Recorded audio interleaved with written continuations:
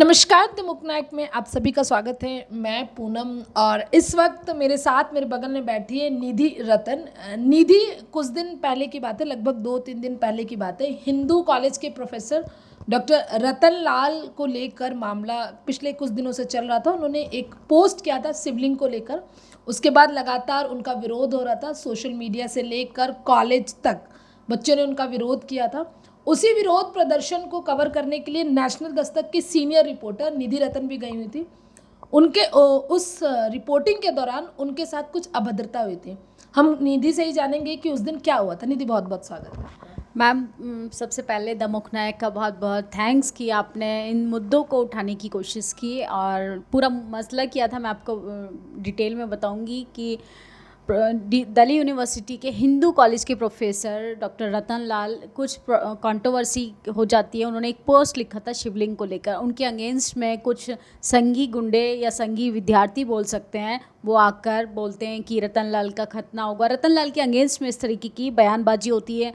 Police भी वहाँ तैनात होती है, लेडी कांस्टेबल भी होती हैं, तभी हम लोग वहाँ पर रिपोर्टिंग कर रहे होते हैं और क्वेश्चन इस तरीके के होते हैं। आप देख सकती हैं मेरी रिपोर्टिंग में कि सिर्फ कॉन्स्टिट्यूशन के आधार पर ही मेरे सवाल होते हैं। इस पर वो भड़क जाते हैं बच्चे और पीछे से एक लड़का आता है और यहाँ से मुझे ग्रेवान पकड़ लेता है, कॉलर मेरा पकड़ के और कैमरे पे अटैक करता है। मैं फ़ोन कर रही थी हैंडी और शंभू कुमार सिंह रिपोर्टिंग कर रहे थे, तो मैं उनका कैमरा कर रही थी, तो सब कुछ गिरा दिया, माइक आईडी और फ़ोन गिरा दिया ज़मीन पर और वो फिर भागने की कोशिश करने लगा। उसने इस तरीके से मुझे बहुत बदतमीज़ी की और कॉलर, एक महिला का कॉलर पकड़ लेना, वो भी पुलिस के मौजूदगी में, तो ये शर्मिंदगी की बात है। तब उसने भागने की कोशिश की तो मैंने उसका कॉलर भी पकड़ा। मैं आपको वो फुटेज भी प्रोवाइड कर दूंगी कि किस तरीके से उन्होंने भागने की कोशिश की। रेड कलर की थार गाड़ी में वो लोग आए थे और उसी गाड़ी से वो भाग गए, लेकिन पुलिस ना उनको पकड़ पाई ना उनको। इनफैक्ट जब वो कॉलर पकड़ रहे थे, हम लोगों का झगड़ा चल रहा था, उन्होंने यहाँ से इनफैक्ट ब्रेस्ट को गलत तरीके से टच भी करने की कोशिश की, लेकिन इस पर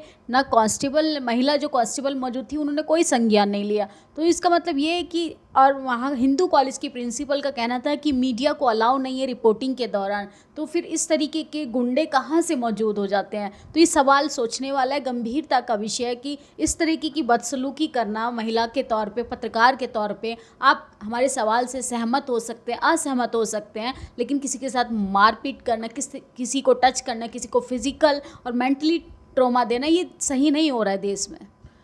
मैंने खुद भी वो वीडियो देखा था जिसमें थी वो जो 4 लड़के दौड़ के गए थार में बैठ के। क्या आपको लगता है वो स्टूडेंट थे? नहीं मैम, वो स्टूडेंट नहीं थे। अगर स्टूडेंट होते तो वो भागे क्यों? एक सवाल तो पहला ये खड़ा होता है। और सवाल, अगर स्टूडेंट थे तो इस तरीके की वो भावना आहत हो जाती है, वो कंट्रोवर्सी मुद्दे का पार्ट क्यों बनते? क्या उनको रोजगार मुद्दा नहीं दिख रहा? क्या उनको करियर मुद्दा नहीं दिख रहा? क्या उनको नौकरी मुद्दा नहीं दिख रहा? ऐसे सेंसिटिव मुद्दों पर आके, जबकि कोर्ट ने भी ये ऐलान कर दिया है कि किसी एक व्यक्ति की भावना आहत होने का ये मतलब नहीं है कि पूरे समुदाय की भावना आहत होती है। भावना अगर आहत हुई है तो आप कोर्ट जाइए, आप कचहरी जाइए, आप एफआईआर कीजिए अगर आपकी भावनाएं आहत हो रही हैं। लेकिन इस तरह की प्रशासन के मौजूदगी में कॉलेज में आकर नारेबाजी करना, इसमें और भी छात्रों को परेशानी का सामना करना पड़ता है। शिक्षा का एक तरीके से हनन हो रहा है और दिल्ली यूनिवर्सिटी को एक आरएसएस का हब बना दिया जा रहा है। जिस वक्त आपके साथ ये घटना हुई क्या हुआ? क्योंकि कैमरा आपका गिर गया था तो बहुत सारी चीज़ें नहीं कवर हो पाई। आप बताएंगे क्या हुआ था एग्जैक्ट उसके बाद? जी मैम, उन लोगों ने पीछे से आने की कोशिश की। मेरे एक साथी जो जनित आवाज़ के जो रिपोर्टर हैं, उनके वो वहाँ पर खड़े थे, तो उनको लगा ये कॉमन पीपल है, ये हमारी तरह ही प्रोटेस्ट में आया है, तो उनको बोल रहे थे कि इन लोगों का कैमरा हमें छीनना है। तो उन्होंने कैमरा छीनने की कोशिश की। जैसे ही वो डीएसएलआर पकड़ने के लिए आ रहे थे और तो मेरा हाथ पकड़ने लगे। जब मैंने उसका हाथ पकड़ा अपने आप को बचाने के लिए, तो उसने मेरा कॉलर पकड़ लिया और मुझे यहाँ से गलत तरीके से टच किया। तब फिर मुझे बहुत गुस्सा आया, क्योंकि इस तरीके से आप टच नहीं कर सकते। तो फिर मैंने उसका कॉलर पकड़ा। उसने मुझे जाते हुए गाली गलौज की और जाते हुए मुझे बोल के गया वो लड़का कि हम तुमको देख लेंगे, मतलब कि इस तरीके की धमकी देना कि हम तुम्हें देख लेंगे। तो बहुत इनसिक्योरिटी हो रही है मुझे कि किस तरीके की हम अपनी बात रख रहे हैं। हम सिर्फ जनता की बात उठा रहे हैं। किस तरीके से रतन लाल का मुद्दा रहा, उसके अगेंस्ट में बच्चों की बात सुनने के लिए वहाँ गए थे कि दोनों तरफा एक्चुअल प्रॉब्लम क्या है। लेकिन इस तरीके की आप मीडिया कर्मियों को ही पीटेंगे, पत्रकार। और आप देख सकती हैं कि तमाम न्यूज़ चैनल्स की अगर बात करें, वही चीज़ वो करते हैं, लेकिन किसी की भावना आहत नहीं होती। लेकिन आप अगर एसटी एससी माइनॉरिटी समाज से पत्रकार हैं तो आपके लिए रिपोर्टिंग करना भी बहुत मुश्किल हो जाएगा। आप लोगों की बात उस वक्त प्रिंसिपल से हुई थी क्या? वो जो प्रोटेस्ट था उसको परमिशन मिली थी क्या? जी, प्रिंसिपल से बात हुई थी। प्रिंसिपल का मानना था कि प्रोटेस्ट के लिए परमिशन नहीं है, इनफैक्ट मीडिया को भी परमिशन नहीं है, जबकि ऐसा कोई रूल्स नहीं है कि मीडिया को परमिशन लेने की ज़रूरत पड़ती है। जहाँ पर भी कोई इस तरीके की घटना होती है, वारदात होती है, तो उसको कैप्चर कर सकती है, देन वो उसको प्रोवाइड कर सकती है पीपल्स के सामने। लेकिन ये सिर्फ प्रिंसिपल, प्रशासन, कॉलेज प्रशासन की मौजूदगी में होना, ये बहुत ज़्यादा शर्मनाक है कि आपकी कॉलेज में घुसकर, जबकि वो बच्चे आपके कॉलेज के भी नहीं हैं। जब बाद में पता चला कि वो जो लड़का था जिसके साथ मारपीट, इस तरीके का झगड़ा हुआ, जो मुझे धमकी देकर गया है, वो उस कॉलेज का नहीं था। हिंदू कॉलेज से उसका कोई लेना देना नहीं था। लेकिन फिर भी इस तरीके की चीज़ें करना, कहाँ से आते हैं इस तरीके के लोग, और जब आते हैं तो फिर भाग जाते हैं। अगर वो स्टूडेंट थे तो उनको बात करनी चाहिए थी। इस तरीके की चीज़ें बहुत ही ज़्यादा शर्मनाक है, और एक महिला के तौर पे मुझे इनसिक्योरिटी हो रही है कि कल अगले पल मेरे साथ क्या होगा। मैंने खुद भी बाद में वीडियो देखी थी आप लोगों की। शंभू सर थे, वो अंदर जाकर रिपोर्टिंग कर रहे थे, स्टूडेंट अंदर थे जी। जिस वक्त प्रोटेस्ट हुआ। एबीवीपी का प्रोटेस्ट था, उसमें ज़्यादातर कौन सी क्लास के बच्चे थे, मतलब कौन से डिपार्टमेंट के थे? क्या आपकी उन लोगों से बातचीत हुई थी? हाँ, मेरी बात हुई थी। ज़्यादातर ग्रेजुएशन के बच्चे थे, ज़्यादातर बीए प्रोग्राम के फर्स्ट ईयर के बच्चे थे, बीकॉम ऑनर्स के बच्चे थे। मतलब क्या उन लोगों से आप लोगों की दोबारा बात हुई इस घटना के बाद? नहीं, इस घटना की कोई बात नहीं हुई। इस घटना के बाद मैं इन्वेस्टिगेशन के लिए, मुझे हिंदू कॉलेज ले जाया गया दिल्ली पुलिस के दौरान, लेकिन वहाँ पे इस तरीके की कोई भी खबरें हमारे सामने नहीं आ रही है। वहाँ पे एकजुट करने के लिए भी परमिशन नहीं है अब स्टूडेंट को, क्योंकि कंट्रोवर्शियल मुद्दा बन चुका है। और ये मुद्दा मेरा नहीं है, ये मुद्दा रतन लाल का है कि किस तरीके से स्टूडेंट्स को भड़काया जा रहा है एक प्रोफेसर के द्वारा, एक बहुजन प्रोफेसर को किस तरीके से। ये इंडिविजुअल राइट्स है सबका कि आप कुछ भी चीज़ लिख सकते हैं, लेकिन एक फेसबुक पे चीज़ लिखने से भावना आहत हो जा रही हैं। लेकिन आप महिला का कॉलर पकड़ ले रहे हैं, आप महिला के ब्रेस्ट को टच कर दे रहे हैं, आप महिला को धमकी देकर जा रहे हैं। किसी की भावना आहत नहीं हो रही है, प्रशासन की भावना आहत नहीं हो रही है। भारतीय जनता पार्टी के लोग, संघ के जो गुंडे वहाँ पर मौजूद थे, वो बहुत हितैषी बनते हैं बेटी बचाओ बेटी पढ़ाओ के, लेकिन कहाँ चली गई उनकी हमदर्दी? कल को मेरे कपड़े फट जाते हैं, मेरा रेप हो जाएगा, कि इसके जिम्मेदार कौन होगा? इसके जिम्मेदार दिल्ली पुलिस होगी, इसकी जिम्मेदार अमित शाह जी होंगे, इसकी जिम्मेदार वो प्रशासन व्यवस्था होगी जो वहाँ मौजूदगी में ये सब करा रही थी। उस वक्त पुलिस भी वहाँ पर थी पास। एफआईआर हुई है क्या आपकी? जी, एफआईआर दर्ज हुई है, और मेरी कोर्ट में 30 हज़ारी कोर्ट में पेशी भी थी, तो मैंने कंप्लेन दर्ज कराई है। और देखा जाएगा कि वो लोग थे कहाँ से, लेकिन अभी तक ये जानकारी मुझे मिली है कि वो उस कॉलेज के स्टूडेंट नहीं थे। पुलिस कैसे कॉप अप कर रही है आपके साथ? पुलिस का मानना है कि ऐसे छोटी छोटी चीज़ों के लिए आप आएंगे तो कैसे चलेगा, आपको ये प्रोटेस्ट में तो कॉमन बात है। बट एक महिला के तौर पे, मैंने एक पत्रकार के तौर पर नहीं, एक महिला के तौर पर अपनी बात रखी। किया किसी महिला के कॉलर को इस तरीके से पकड़ लेना, क्या इस तरीके से किसी का कैमरे पे हाथ मार देना, किसी के माइक को छीन कर फेंक देना, ये क्या इनजस्टिस है? ये क्या हो रहा है? ये डेमोक्रेसी है हमारे देश की, ये कॉन्स्टिट्यूशन की हम बात करते हैं। तो प्रशासन को इस पे एक्शन लेना पड़ा, क्योंकि हम कहीं ना कहीं अगर इस तरीके से हम कंप्लेंट से डर जाएंगे, कोर्ट कचहरी से डर जाएंगे, तो ऐसे लोगों की हिम्मत और बढ़ जाएगी। आपने कहा कि ऐसे लोगों की हिम्मत और भी बढ़ जाने वाली है।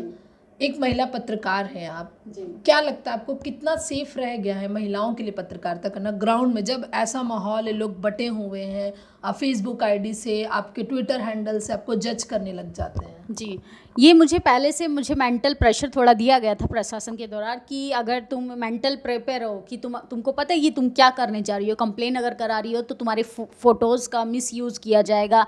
और मुझे कोई डर नहीं लगा, मैं मेंटली मजबूत हूँ कि इन लोगों को करना क्या है कि किसी महिला को अगर कमज़ोर करना है तो उसके कैरेक्टर पे, उसके आचरण पे उंगलियां उठा दीजिए। और महिला पत्रकार, अगर आप महिला हैं, ऊपर से पत्रकार हैं, ऊपर से आप दलित समुदाय से आती हैं, तो आपके लिए इस देश में चाहे पत्रकारिता हो, कोई भी काम करना बेहद ज़्यादा मुश्किल है, क्योंकि आपको एक जेंडर के आधार पर और एक जाति आधार पर भेदभाव झेलना पड़ता है।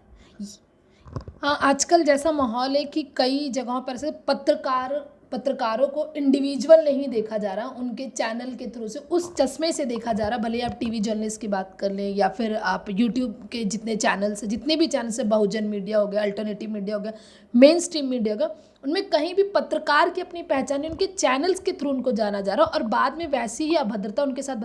क्या आपको लगता है कि ये सारी चीज़ें आने वाले समय के लिए बहुत खतरनाक होती जा रही है? बिल्कुल, ये आपका सवाल जो है वो बहुत ही ज़्यादा इम्पॉर्टेंट है। आपके सवाल में जो आपने जो बात बोली कि मेन स्ट्रीम मीडिया, जो न्यूज़ चैनल्स की आड़ में जो पत्रकारों के साथ बदसलूकी हो रही है, वो आने वाले समय में कैसी होगी?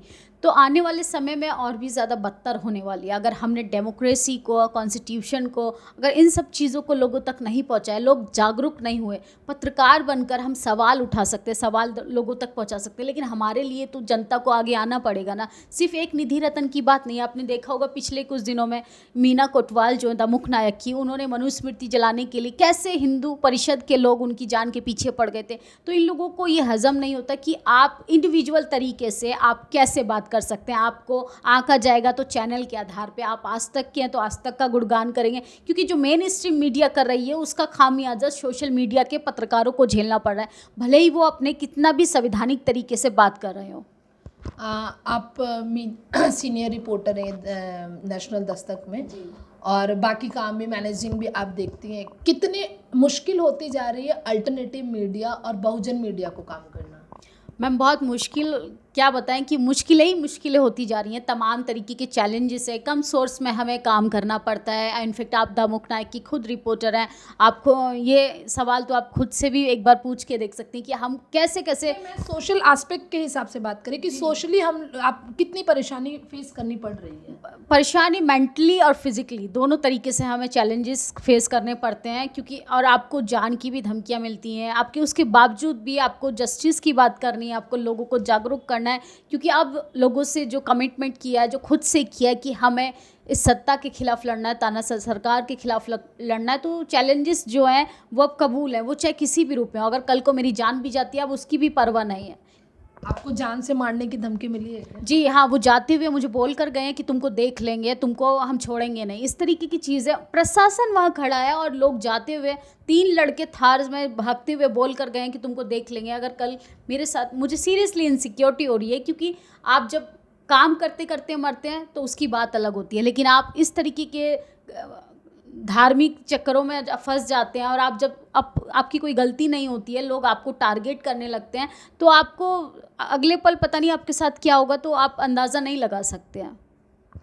तो ये थी हमारे साथ निधि रतन, जिनके साथ उस दिन हिंदू कॉलेज में कुछ लड़के ने, जो स्टूडेंट नहीं थे। ऐसा कई बार देखने में मिला कि जब यूनिवर्सिटीज़ या कॉलेज में कभी भी प्रदर्शन होता तो बाहर के जो लोग होते, जो बाहरी तत्व हैं, वो बहुत ज़्यादा इन्वॉल्व रहते हैं। प्रोफेसर रतन नाल के मामले में एबीवीपी ने एक कॉल बुलाई थी और उस कॉल में ज़्यादातर बीए के बच्चे थे, साथ ही साथ बाहर के लोग थे।